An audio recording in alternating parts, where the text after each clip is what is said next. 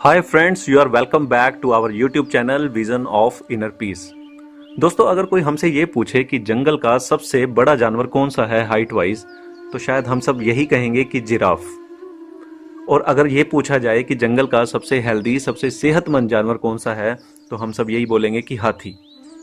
और ऐसे ही सबसे ज़्यादा तेज भागने वाला चीता और सबसे तेज दिमाग वाला लोमड़ी। लेकिन दोस्तों, कमाल की बात है कि इनमें से कोई भी खूबी शेर में नहीं है और वो उसे फिर भी जंगल का राजा माना जाता है। ऐसा क्यों?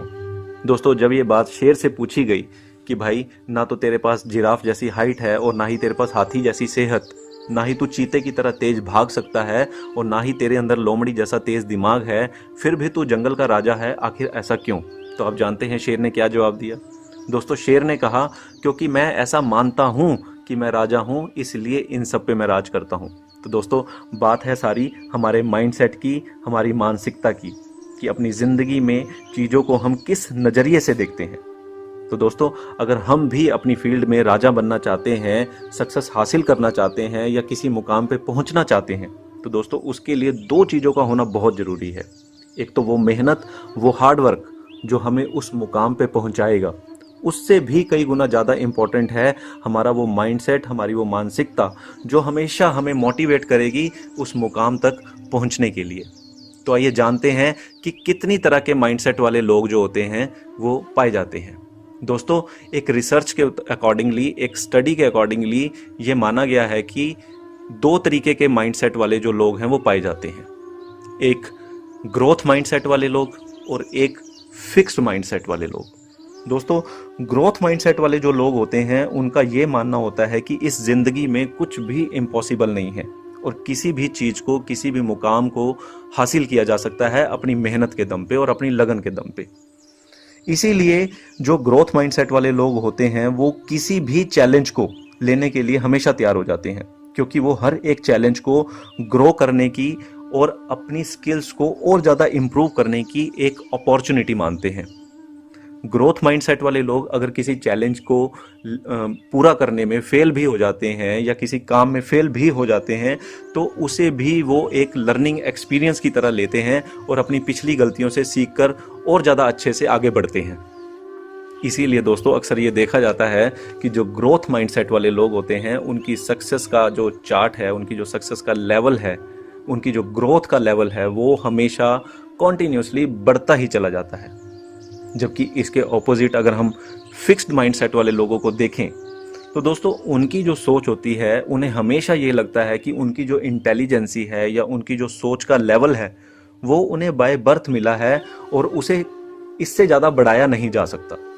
इसीलिए वो हर एक चैलेंज को रुकावट समझते हैं, हर एक चैलेंज को लेने से डरते हैं, क्योंकि लोगों में उनकी एक फेक इमेज बनी होती है एक सो कॉल्ड स्मार्ट पर्सन की, और उन्हें हमेशा ये डर लगता है कि अगर उस चैलेंज में वो फेल हो गए या उस चैलेंज को वो पूरा ना कर पाए तो उनकी वो जो इमेज है वो खराब हो जाएगी। और इसी माइंडसेट की वजह से वो आगे नहीं बढ़ पाते, जबकि उनके अंदर कैपेबिलिटी तो होती है, पर उनका जो माइंडसेट है वो ग्रोथ माइंडसेट नहीं होता। उनका जो माइंडसेट है वो फिक्स्ड माइंडसेट होता है। तो दोस्तों, आखिर ऐसा होता क्यों है कि कुछ लोगों का माइंडसेट ग्रोथ वाला और कुछ लोगों का माइंडसेट फिक्स्ड माइंडसेट होता है? आखिर इसकी शुरुआत कब से होती है? तो दोस्तों, मैं आपको बताना चाहूंगा कि इसकी शुरुआत हमारे बचपन से ही होनी शुरू हो जाती है। अक्सर वो बच्चे अपना फिक्स्ड माइंडसेट डेवलप कर लेते हैं जिनके पेरेंट्स और टीचर हमेशा उनके टैलेंट की तारीफ करते हैं। वो बच्चे अपने टैलेंटेड होने को प्यार और तारीफ के साथ जोड़ लेते हैं। उन्हें हमेशा ये लगता है कि उन्हें प्यार और तारीफ इसीलिए मिल रही है क्योंकि वो टैलेंटेड हैं। इसीलिए उनकी हमेशा ये कोशिश रहती है कि वो टैलेंटेड रहें या एटलीस्ट टैलेंटेड नजर आएं। वो ये सोचने लगते हैं कि फेल होने का मतलब है कि आप टैलेंटेड नहीं हो, इसलिए वो फेलियर से डरने लगते हैं और चैलेंजेस को अवॉइड करने लगते हैं। सिर्फ इसी वजह से वो अपने फुल पोटेंशियल तक ग्रोथ नहीं कर पाते।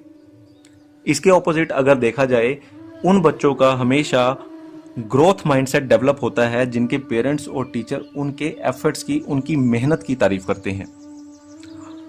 वो बच्चे अपने प्यार और तारीफ को मेहनत के साथ जोड़ लेते हैं कि वो मेहनत करेंगे तो उन्हें प्यार भी मिलेगा, उन्हें तारीफ भी मिलेगी। सिर्फ इसी वजह से वो बड़े से बड़े चैलेंज लेने से भी डरते नहीं हैं, बल्कि मेहनत करना उन्हें और अच्छा लगता है। और उन्हें बल्कि उनका ऐसा एक बिलीफ सिस्टम बन जाता है कि अगर वो फेल भी हो गए तब भी उन्हें कुछ नया सीखने को मिलेगा।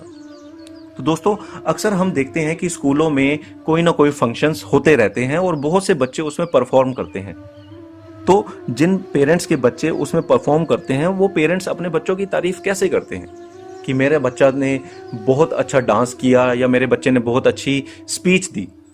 तो दोस्तों, वो पेरेंट्स अक्सर ये भूल जाते हैं कि अगर उनके बच्चे ने बहुत अच्छा डांस किया है या बहुत अच्छी स्पीच दी है, तो उनके बच्चे ने स्कूल में डेली 1 महीने तक उस एक्टिविटी की प्रैक्टिस भी की है। वो उस मेहनत को, उस एफर्ट्स को प्रेज नहीं करते, उसको इम्पोर्टेंस नहीं देते, बल्कि सिर्फ और सिर्फ उसके टैलेंट को ही इम्पोर्टेंस देते हैं। तो दोस्तों, जब हम अपने बच्चों के टैलेंट के मुकाबले उनकी मेहनत को, उनके एफर्ट्स को ज़्यादा इम्पोर्टेंस देंगे, हमेशा उसकी प्रेज करेंगे, तब आप देखिएगा कि आपके बच्चे कितने मोटिवेट होते हैं, क्योंकि उनके अंदर से फेलियर का डर निकल जाएगा। उन्हें इस चीज़ का भरोसा हो जाएगा कि उनके पास होने से कोई फर्क नहीं पड़ता, इवन उनकी मेहनत को ज़्यादा इंपॉर्टेंस दी जाती है। तब आप देखेंगे कि कैसे उनका ग्रोथ माइंडसेट डेवलप होगा। सेम एटीट्यूड हमें अपने बच्चे की पढ़ाई के लिए भी रखना चाहिए। अच्छे मार्क्स या बुरे मार्क्स की बजाय हमें उनकी मेहनत को ज़्यादा रिवॉर्ड देना चाहिए, उसको ज़्यादा इंपॉर्टेंस देनी चाहिए। तब आप देखेंगे कि कैसे आपके बच्चों की जो परफॉर्मेंस है वो इंक्रीज होती चली जाती है और उनका जो है ग्रोथ माइंडसेट डेवलप होना शुरू हो जाता है। तो क्या दोस्तों, अगर एक बार किसी इंसान में फिक्स्ड माइंडसेट डेवलप हो गया तो क्या वो अपने फिक्स्ड माइंडसेट को ग्रोथ माइंडसेट में कन्वर्ट नहीं कर सकता? ऐसा नहीं है दोस्तों। जिंदगी के किसी भी एज में या किसी भी स्टेज पे हम अपने माइंडसेट को फिक्स्ड माइंडसेट से ग्रोथ माइंडसेट में कन्वर्ट कर सकते हैं। आइए जानते हैं कैसे। तो दोस्तों, सबसे पहले आप अपनी एबिलिटीज को, अपनी क्षमताओं को कभी भी लिमिटेड मत समझिए, कभी भी उन्हें सीमित मत समझिए। आप अपनी पर्सनल लाइफ में या अपनी प्रोफेशनल लाइफ में जिस भी मुकाम पे हैं, जिस भी लेवल पे हैं, आपके पास हमेशा ये स्कोप रहेगा कि आप अपनी एबिलिटीज को और बढ़ा सकें और इम्प्रूव कर सकें। तो एक कॉन्टिन्यूअस लर्निंग प्रोसेस के थ्रू आप अपनी एबिलिटीज को, अपनी क्षमताओं को और ज़्यादा बढ़ाएं और ज़्यादा इम्प्रूव करते चले जाएं। आप देखेंगे आपका फिक्स्ड माइंडसेट एक ग्रोथ माइंडसेट में कन्वर्ट होना शुरू हो जाएगा। दूसरा दोस्तों, कभी भी चैलेंज लेने से डरिए मत। अपनी पर्सनल लाइफ में, अपनी प्रोफेशनल लाइफ में चुनौतियों का सामना कीजिए, उन्हें एक्सेप्ट कीजिए, क्योंकि यही एक तरीका है कुछ नया सीखने का, कुछ नया करने का। जब हम अपने चैलेंजेस को पूरा करने में सक्सेसफुल हो जाते हैं तो हमें एक मोटिवेशन मिलता है, और जब हम फेल भी हो जाएं तब भी कुछ ना कुछ नया सीखने को मिलता है।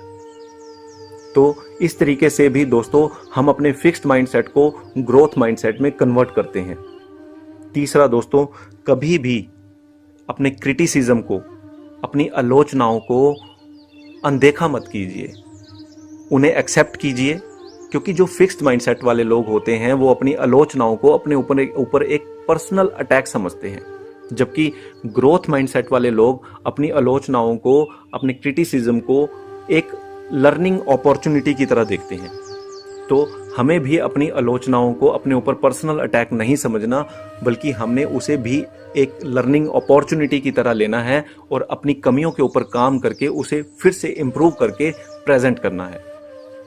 दोस्तों, इसके बाद जो हमारा दिमाग है वो एक सबसे बड़ा टूल माना जाता है, क्योंकि इंसान जब भी कभी हार मानता है तो सबसे पहले उसका दिमाग हारता है, उसका दिमाग गिव अप करता है, उसके बाद हम हारते हैं, उसके बाद हम गिव अप करते हैं। तो अपने माइंड को हमेशा पॉजिटिव चीज़ों में लगाएं, पॉजिटिव सोचें। तो दोस्तों, इन सब तरीकों से हम अपने फिक्स्ड माइंडसेट को ग्रोथ माइंडसेट में कन्वर्ट कर सकते हैं।